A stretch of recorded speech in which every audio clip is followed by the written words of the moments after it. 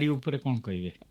ଆଜିକାଲିର ନାରୀଙ୍କ ଉପରେ ନିଶ୍ଚିନ୍ତ ଭାବରେ ମୁଁ କହିବି ବିଭିନ୍ନ ସନ୍ଥମାନେ ଆପଣ ଦେଖିବେ ବୃନ୍ଦାବନର ସନ୍ଥ ପ୍ରେମାନନ୍ଦଜୀ ମହାରାଜ ଯିଏକି ସେ ଗୋଟେ ସୁନ୍ଦର କଥା କହିଛନ୍ତି ଯାହାକୁ ନେଇକି ଅନେକ ମଧ୍ୟ ବିବାଦ ନାରୀମାନଙ୍କ ଭିତରେ ବିବାଦ ଦେଖାଯାଇଥିଲା ଯେ ସନ୍ଥମାନେ ଆକ୍ଷେପ କରି କହୁଛନ୍ତି ଅ, ଯଦି ଦେଖିବାକୁ ଯିବା ମହାପୁରୁଷ ଅଚ୍ୟୁତାନନ୍ଦ ଲେଖିଛନ୍ତି ଆଜିର ନାରୀମାନେ ସେମାନେ କ'ଣ ନା ଚରିତ୍ରବାନ ହୋଇକି ଆଉ ନାହାନ୍ତି।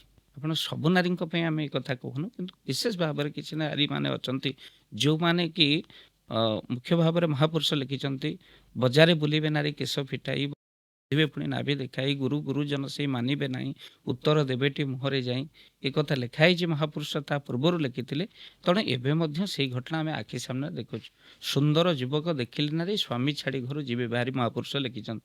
ଆଜି ଆମେ ରାତି ପାଇଲେ ସୋସିଆଲ ମିଡ଼ିଆରେ ସେଇ ଘଟଣା ସବୁ ଦେଖୁଛୁ ଯେ କି ନାରୀମାନେ ସୁନ୍ଦର ଯୁବକକୁ ଦେଖି ସ୍ୱାମୀ ଛାଡ଼ି ଘରକୁ ପଳେଇ ଯାଉଛନ୍ତି।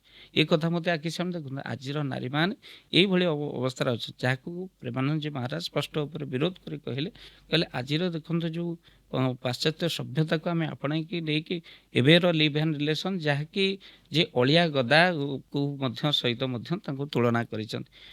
ଏମାନେ ଚରିତ୍ରବାନ ହେଲେ ତାଙ୍କଠାରୁ ଆଜି ବି ବଡ଼ ବଡ଼ ସୋଲ୍ ମାନେ ଅପେକ୍ଷା କରିଛନ୍ତି ଆତ୍ମାମାନେ ଜନ୍ମ ନେବା ପାଇଁ ଅପେକ୍ଷା